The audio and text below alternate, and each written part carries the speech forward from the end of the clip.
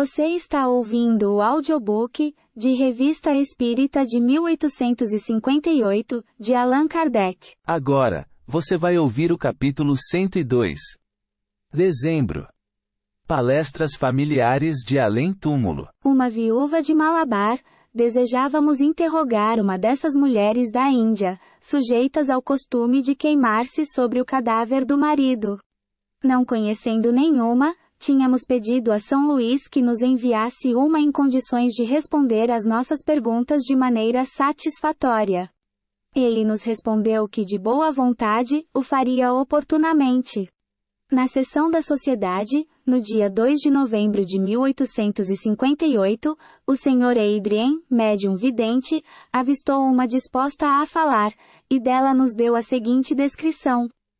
Olhos negros e grandes, com a esclerótica amarela. Rosto arredondado. Faces salientes e gordas. Pele açafroada e trigueira. Cílios longos e supercílios arqueados e negros. Nariz um pouco grande, ligeiramente achatado. Boca grande e sensual. Belos dentes largos e iguais. Cabelos lisos, abundantes, negros e empastados de gordura. Corpo bem gordo, grande e atarracado. Roupagem de seda, deixando o peito meio descoberto. Pulseiras nos braços e nas pernas. 1. Lembrai-vos mais ou menos em que época vivestes na Índia, e onde fostes queimada com o corpo de vosso marido. Ela fez um sinal, indicando que não se lembrava. S. Luís respondeu, indicando que foi há cerca de 100 anos. 2. Lembrai-vos do nome que tinhais. Fátima. 3. Que religião professáveis? A maometana. 4. Mas o islamismo não proíbe tais sacrifícios? Nasci muçulmana, mas meu marido era da religião de Brahma. Tive que me conformar com o costume da região onde eu morava. As mulheres não se pertencem. 5. Que idade tinhais quando fostes morta? Creio que tinha uns 20 anos. Observação. O Sr. Adrien adverte que ela parece ter de 28 a 30 anos, mas que naquele país, as mulheres envelhecem mais rapidamente. 6. Sacrificaste-vos voluntariamente? Eu preferia ter me casado com outro. Pensai bem, e compreendereis que todas pensamos do mesmo modo. Segui o costume, mas no fundo teria preferido não fazê-lo. Durante vários dias esperei por outro marido, mas ninguém veio. Então obedece à lei. 7. Que sentimento pôde ditar essa lei? Ideia supersticiosa.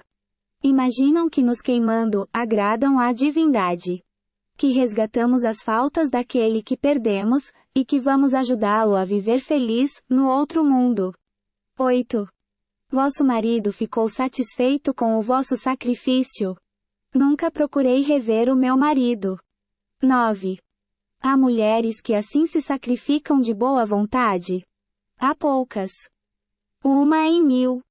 No fundo elas não desejariam fazê-lo. 10. O que aconteceu convosco, no momento em que se extinguiu a vida corporal? Perturbação. Senti um escurecimento, depois não sei o que aconteceu. Minhas ideias não ficaram claras, senão muito tempo depois. Eu ia a toda parte, entretanto, não via bem. Ainda agora não me sinto completamente lúcida.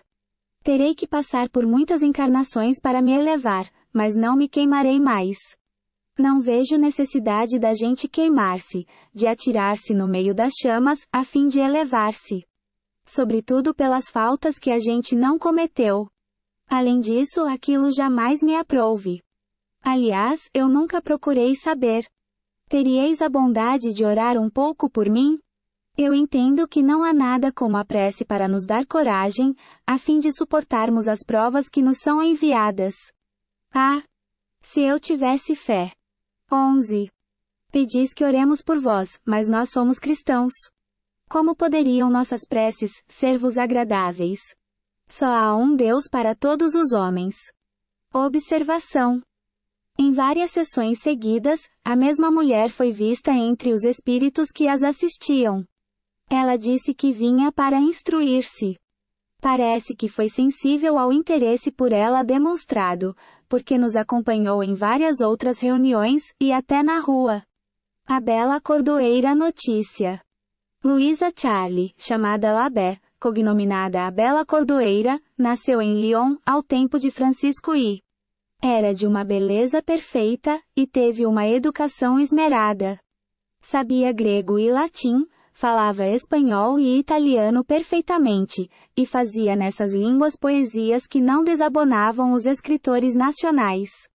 Afeita a todas as formas de exercícios físicos, conhecia a equitação, a ginástica e o manejo das armas.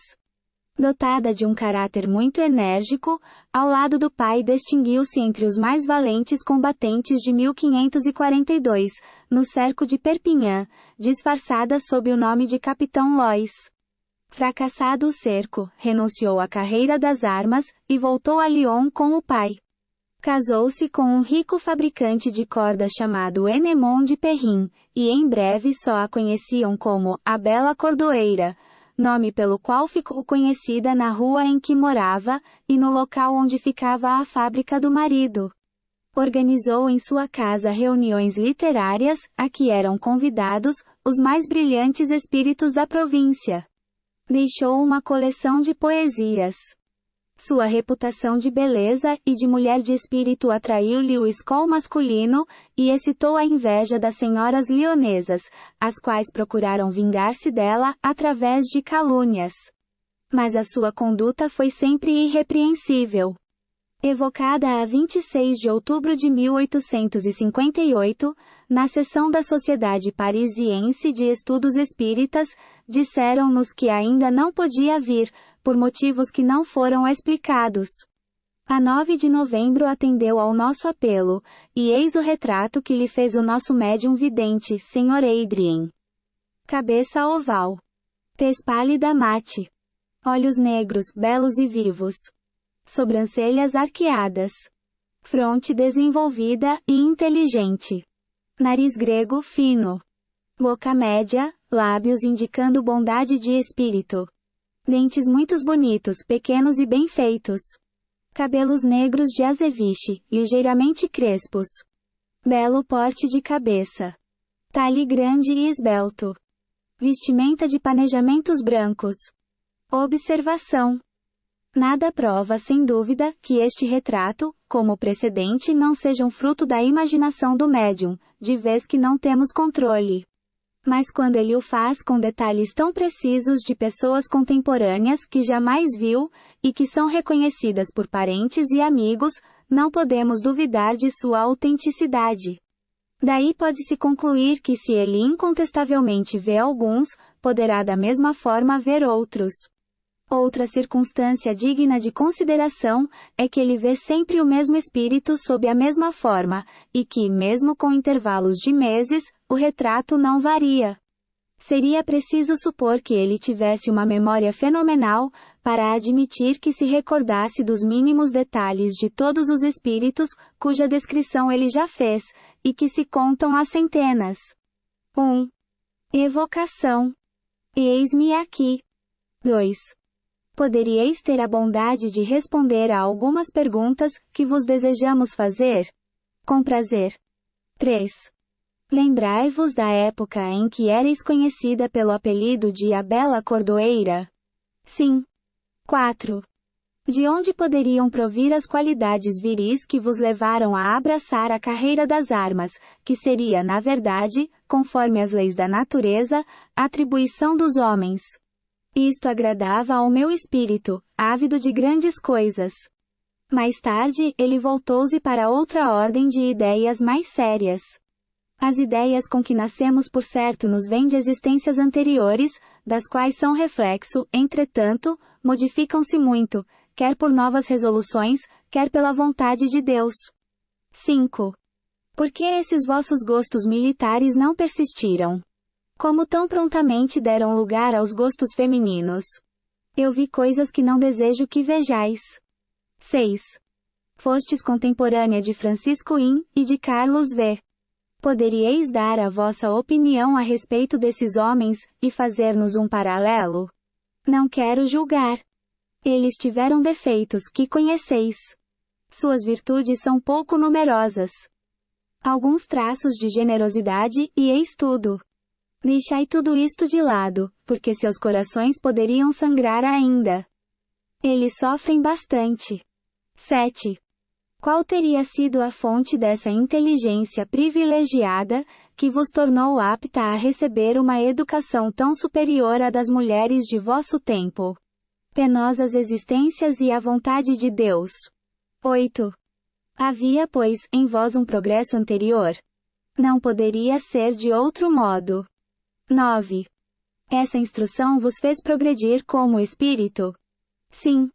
10. Parece que fostes feliz na terra. Ainda agora o sois bastante. Que pergunta! Por mais feliz que se seja na terra, a felicidade do céu é coisa muito diferente.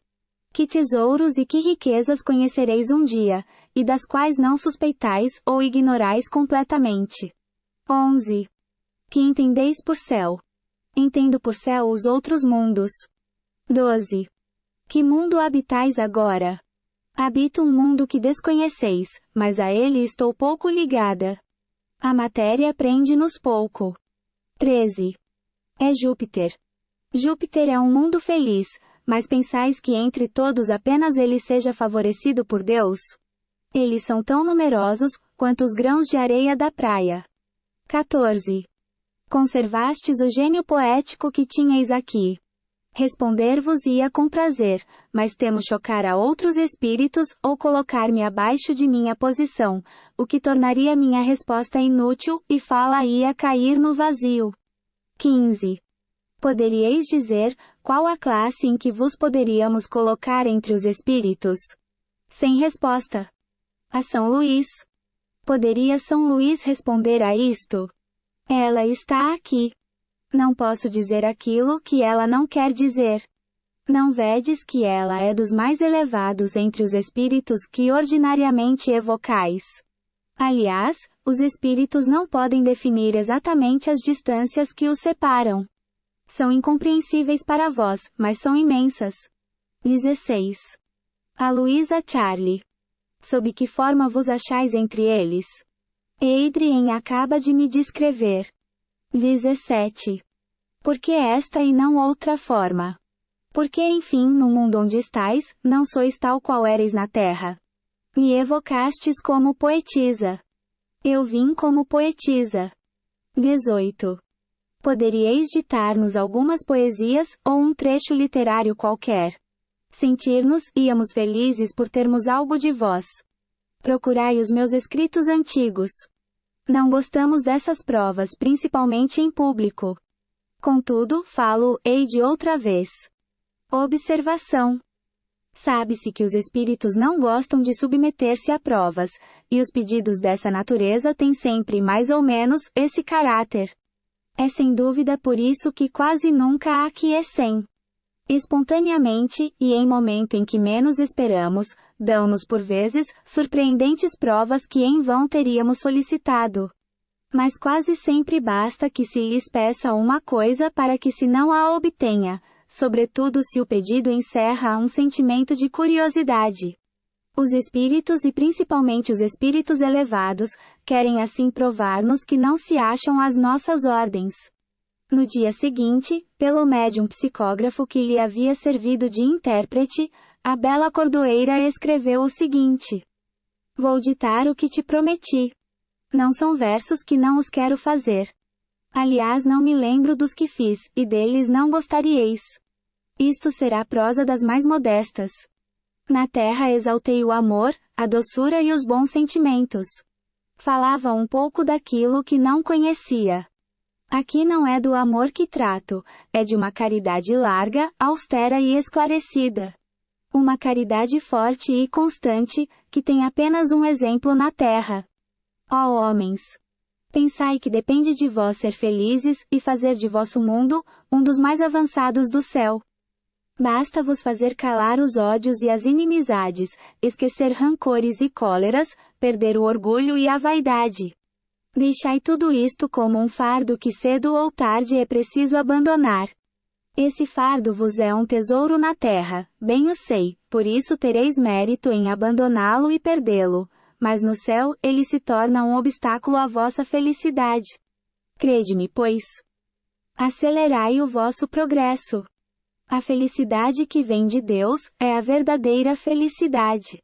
Onde encontrareis prazeres que valham a alegria que ela dá aos seus eleitos, aos seus anjos.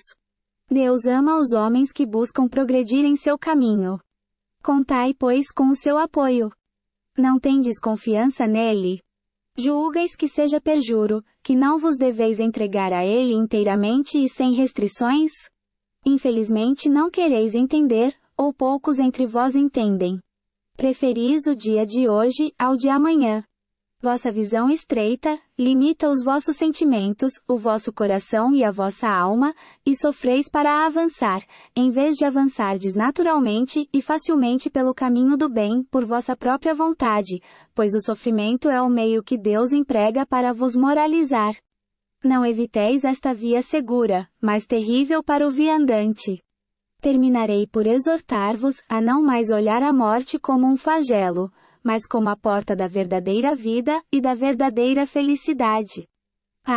Luísa Charly.